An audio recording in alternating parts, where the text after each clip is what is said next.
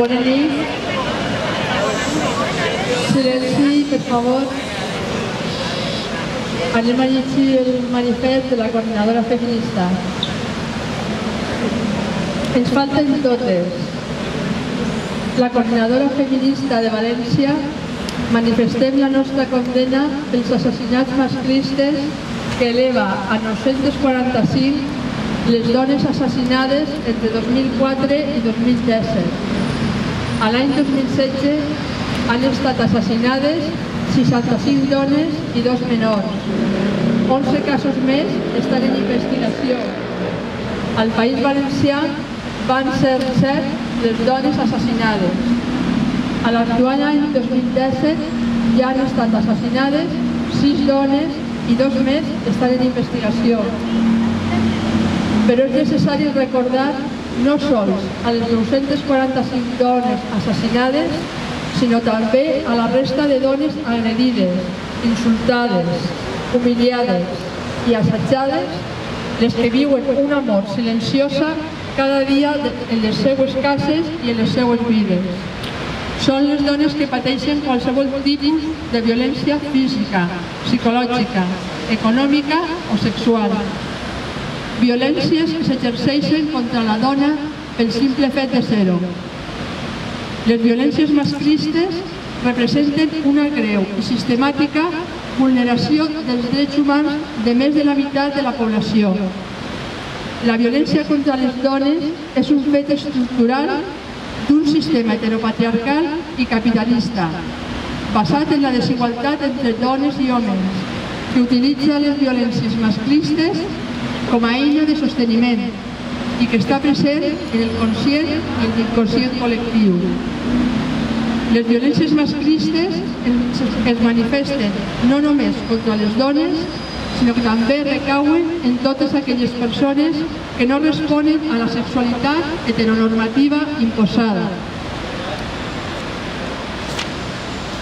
Les retallades sistemàtiques en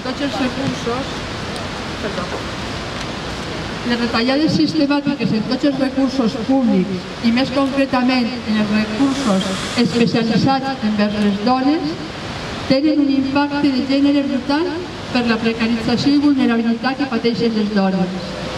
Les lleis contra les violències de gènere o violències masclistes no han anat acompanyades d'una dotació pressupostària suficient ni dels recursos necessaris que permeteren el desplegament integral d'aquestes lleis. El sistema judicial reprodueix les estructures patriarcals i perpetua la violència masclista, afavorint la desprotecció de les dones en risc i invisibilitzant i minimitzant les violències viscudes. Denunciem, per tant, una evident falta d'acció política.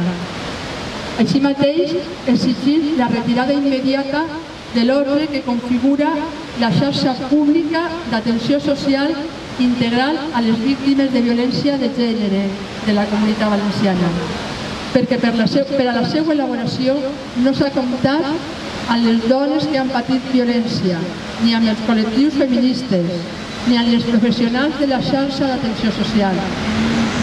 Tampoc modifica l'actual sistema clientelar, implantat per l'anterior govern, sinó que el consolida i reforça. I lluny de revertir la privatització d'aquests serveis, la legitima.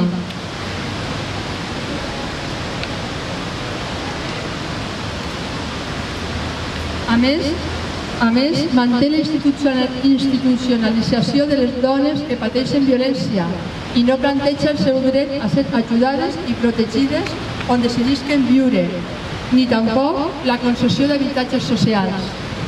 Així mateix, exclou dels recursos residencials a les dones menors d'edat i a les filles i fills majors d'edat. Seguim i seguirem denunciant i recordant que la violència és responsabilitat de qui l'exerceix i no de qui la pateix. Però la violència masclista constitueix un drama que no és privat, que és públic i s'encarna en el més profund de la nostra societat. Per això, diguem alt i clar que la lluita contra la violència masclista és qüestió de totes i tots. És per això que estem ací els primers dimecres de mes. I és per això que hem de continuar tots cadascun dels dies de l'any denunciant i condenant qualsevol tipus de violència que s'exerceix sobre les dones. Però per a la construcció d'una societat digna i lliure de violències cal reconèixer que el moviment feminista som la clau de la transformació cultural i social.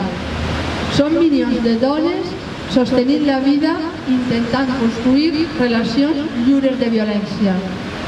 Les unes al costat de les altres direm prou a les violències masclistes i ens donem suport per gaudir de vides i relacions lliures, perquè ens hi va la vida. Sense les dones no hi ha revolució. Ens volem vives, lliures, unides i empoderades. Contra la violència masclista, autodefensa feminista.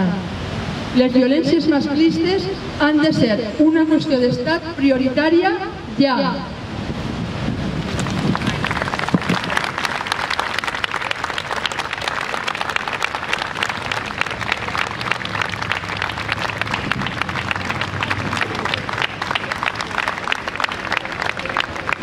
I ara anem a guardar uns minuts de silenci contra totes les violències masclistes.